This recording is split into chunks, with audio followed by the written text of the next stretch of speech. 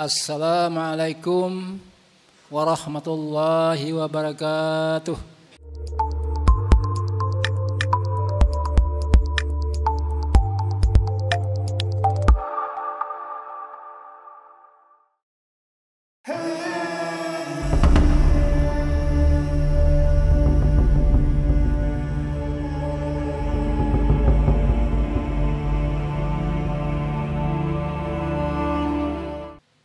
Alhamdulillahillazi arsala rasulahu bilhuda wa dinil haqq liyuzhirahu ala dini kullihi walau karihal musyrikun.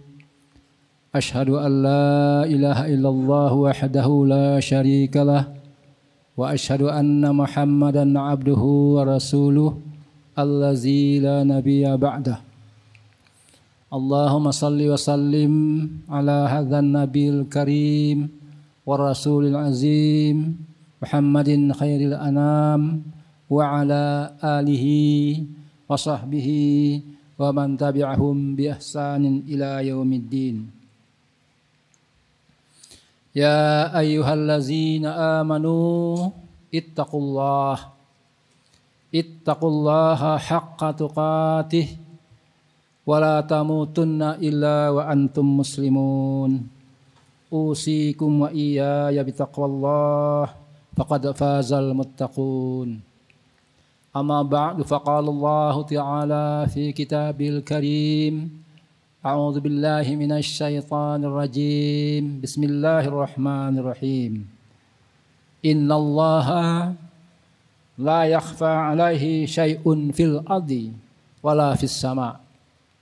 Wa qala aidan wa'lamu annallaha ya'lamu ma fi anfusikum fahzaruh. Jamaah Jumat yang berbahagia, saudara-saudara sekalian rahimakumullah.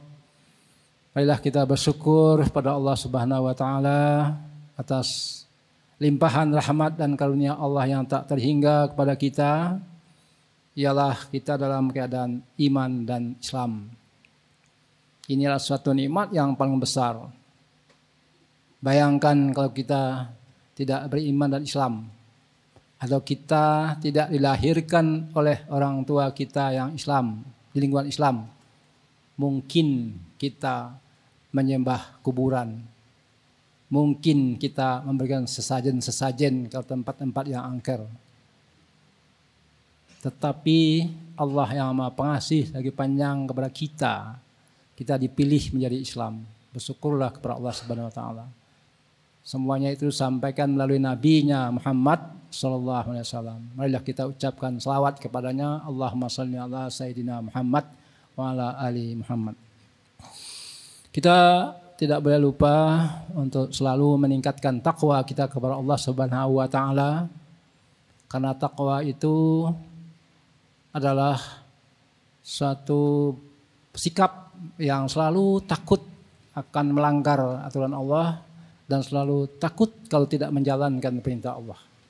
Itulah yang bawa keselamatan kita di dunia sampai ke akhirat. Jamaah sekalian, sedang hadirin yang berbahagia, kita harus ingat bahwa kita ini diciptakan oleh Allah Subhanahu wa taala.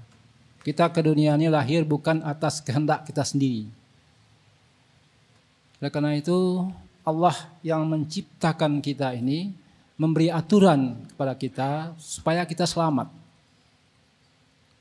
Tidak ubahnya kalau sepeda motor atau mobil kita diciptakan oleh orang Jepang, maka orang Jepang itu membuat aturan bagaimana menggunakan kendaraan itu supaya selamat. Jadi kita tidak hanya tinggal pakai begitu saja kalau masih bisa jalan. Kalau motor kita diberitahu bahwa setiap 5.000 kilo harus ganti oli. Ini aturan yang harus kita penuhi. Kalau tidak, maka motor kita itu akan rusak. Demikian pula kita sebagai ciptaan Allah, Allah memberi aturan kepada kita. Kita harus mengerjakan perintahnya berupa sholat, berupa ibadah kepadanya. Sholat itulah tiangnya agama. Siapa yang mendirikan sholat sama dengan mendirikan agama. Siapa yang meninggalkan sholat sama dengan meninggalkan agama. Jadi agama atau syariat yang diberikan oleh Allah kepada kita itu berupa kewajiban. Nah ini, jamaah sekalian, jangan kita beranggapan bahwa perintah-perintah Allah itu kewajiban saja. Karena kalau itu kewajiban, itu adalah suatu beban yang harus kita pikul. Beban yang kita pikul itu kadang-kadang kita merasa berat dan malas mengerjakannya. Ingatlah saudara, ibadah dan ketentuan Allah itu kebutuhan kita, bukan hanya kewajiban. Sama dengan ketentuan yang dibuat oleh orang Jepang terhadap motor kita, itu kebutuhan kita untuk melihat aturan tentang motor. Kalau kita tidak menjalankan, rusak motor kita. Bukan kewajiban mengganti oli sekali 5.000 kilo, tidak. Adalah kebutuhan kita. Jadi Allah Subhanahu wa Ta'ala itu sebagai zat yang menciptakan diri kita, itu lebih tahu tentang diri kita daripada kita sendiri. Tadi saya bacakan ayat di awal khutbah surat Ali Imran ayat 5.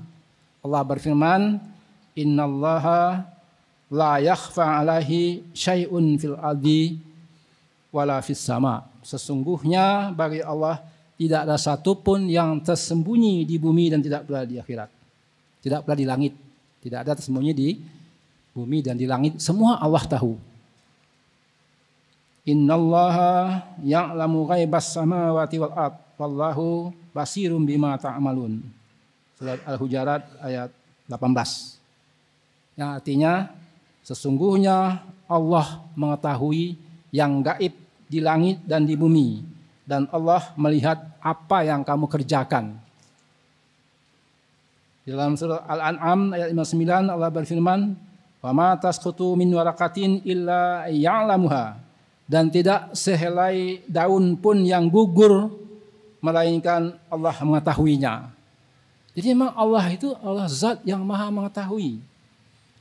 Jadi Allah Subhanahu wa Ta'ala yang tahu siapa sesungguhnya manusia ini. Kita pun tidak begitu tahu tentang diri kita. Allah yang maha tahu karena Allah yang menciptakannya. Maka Allah mengingatkan dan bertanya-tanya kepada kita. Dalam Al-Quran ada pertanyaan Allah dalam surat Az-Zariyat ayat 21 antara lain. Dalam Az-Zariyat ayat 21 Allah berfirman, "Wa fi anfusikum afala tubsirun."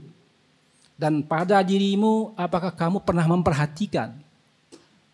Coba perhatikan dirimu itu, kata Allah. Nah, mari kita ambil dua contoh saja dalam khutbah Jumat ini. Yang pertama adalah tentang perut kita. Apakah kita tahu tentang perut kita? Apa yang ada dalam perut manusia? Ada lambung. Apa yang ada dalam lambung kita? Lambung adalah ibarat mesin yang akan mencerna semua makanan yang masuk. Ya. Kalau tidak ada makanan masuk, maka lambung kita akan mengalami lapar. Lapar terjadi karena tidak ada makanan yang masuk perut. Maka manusia selalu makan, mencari makan. Tiap sebentar makan. Maka pencernaan akan bekerja tidak henti-hentinya karena manusia selalu makan. Bahkan perut ini adalah merupakan sumber daripada penyakit dan sumber dari kejahatan. Orang mencari makan dengan bekerja sekuat tenaga. Orang mencari kekuasaan, dengan kekuasaannya itu dia dapat uang untuk mencari makan. Ujung-ujungnya orang mencari makan untuk mengisi perut. Bahkan orang mencari kekuasaan, jabatan, menjadi menteri, menjadi presiden. Orang berebut menjadi presiden untuk mendapatkan kekuasaan, itulah untuk mengisi perutnya sebenarnya. Orang mengisi perut itu tidak hanya untuk besok. Dia mempersiapkan makan itu untuk setahun, untuk 2 tahun, untuk 10 tahun, untuk anak cucunya dipersiapkan makannya.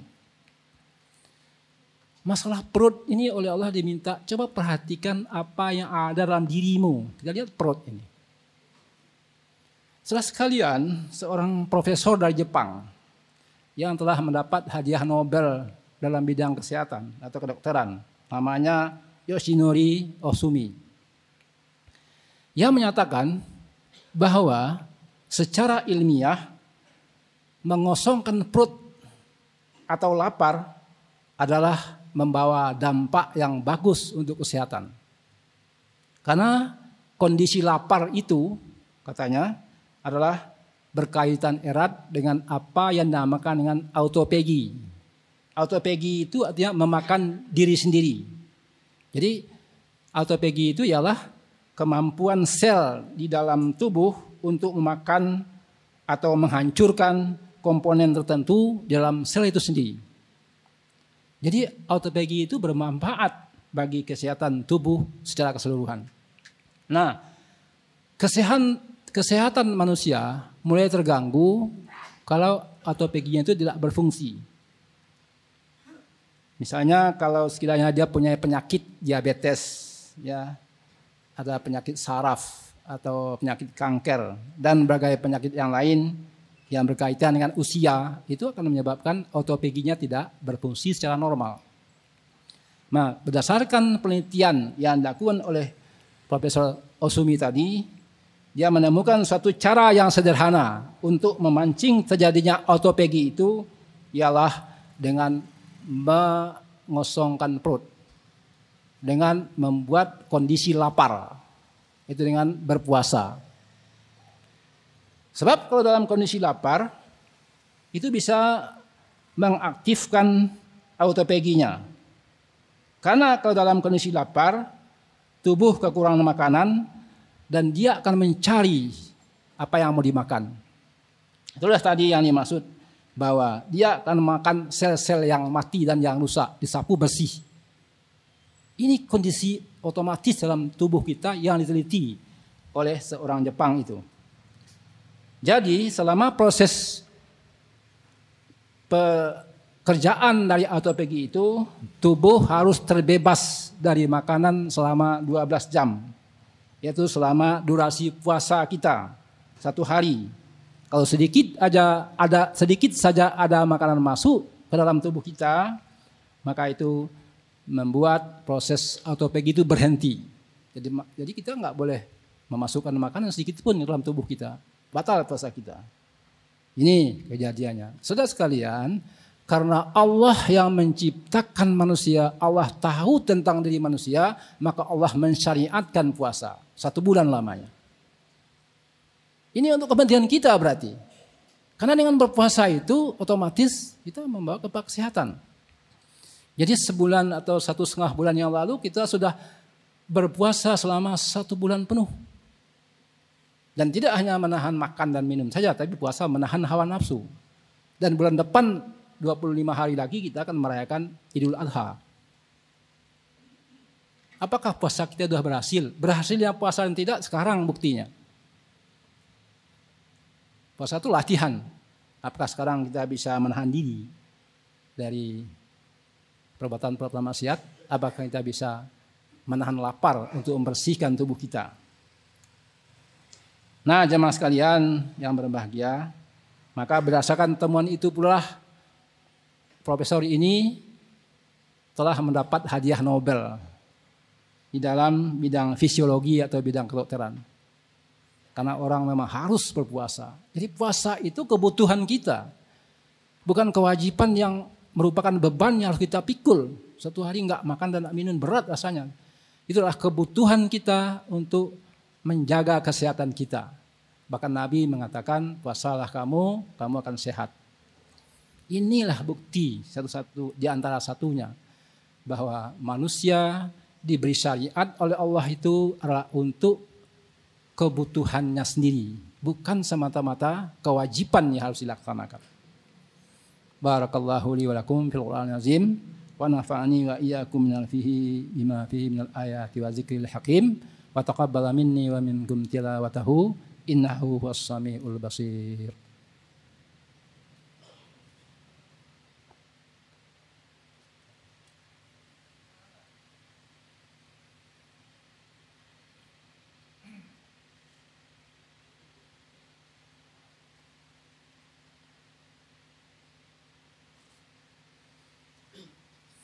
Alhamdulillahillazi hadana li hadza wa ma kunna linahtadiya laula an hadanallah. Asyhadu an la ilaha illallah wahdahu la syarikalah wa asyhadu anna Muhammadan abduhu wa rasuluh allazi la nabiyya ba'dah. Allahumma salli wa sallim ala hadzal nabiyil karim wa rasulil azim Muhammadin wa ala alihi wa sahbihi ajmain. Contoh yang kedua hadirin sekalian. Tadi yang pertama adalah apa yang ada dalam perut kita. Yang kedua adalah apa yang ada di kepala kita. Karena Allah merintahkan wa fi anfusikum afala tubsirun. Dalam dirimu apakah tidak kamu perhatikan? Kalau kita perhatikan kepala kita ini, di dalam kepala kita ini ada otak. Kalau kita belah kepala kita, ada otak yang beratnya sekitar 2 kilo. Jadi kemana kita pergi berjalan itu kita menjunjung beban seberat 2 kilo. Apakah kita merasa berat? Tidak. Orang yang sakit itu bisa terasa berat kepalanya. Tapi kalau orang yang normal tidak sakit dan tidak sehat, dia tidak merasakan berat. Kenapa? Allah tahu tentang manusia. Allah menciptakan ada cairan di sekeliling otak itu. Otak itu dijaga dengan tulang kepala yang tebal. Yang kuat. Otak. Otak harus dialiri oleh darah. Kalau darah tidak mengalir ke otak, tidak dipompa oleh jantung terhalang, maka orang akan sakit stroke. Oleh karena itulah, orang berusaha pula bagaimana supaya darah bisa mengalir ke otak. Karena selama ini kepala di atas terus. Jalan, duduk, kapan-kapan pun kepala di atas. Bahkan tidur pun kepala di atas. Kita pakai bantal. Kapan kepala di bawah? Maka ada pula orang membuat olahraga untuk menyehatkan namanya olahraga yoga. Olahraga yoga itu kepala di bawah, kaki di atas. Supaya jalan darah, pompaan darah dari jantung itu lancar ke kepala. Nah, di sini Allah tahu tentang manusia. Maka Allah mensyariatkan sholat yang ada sujud.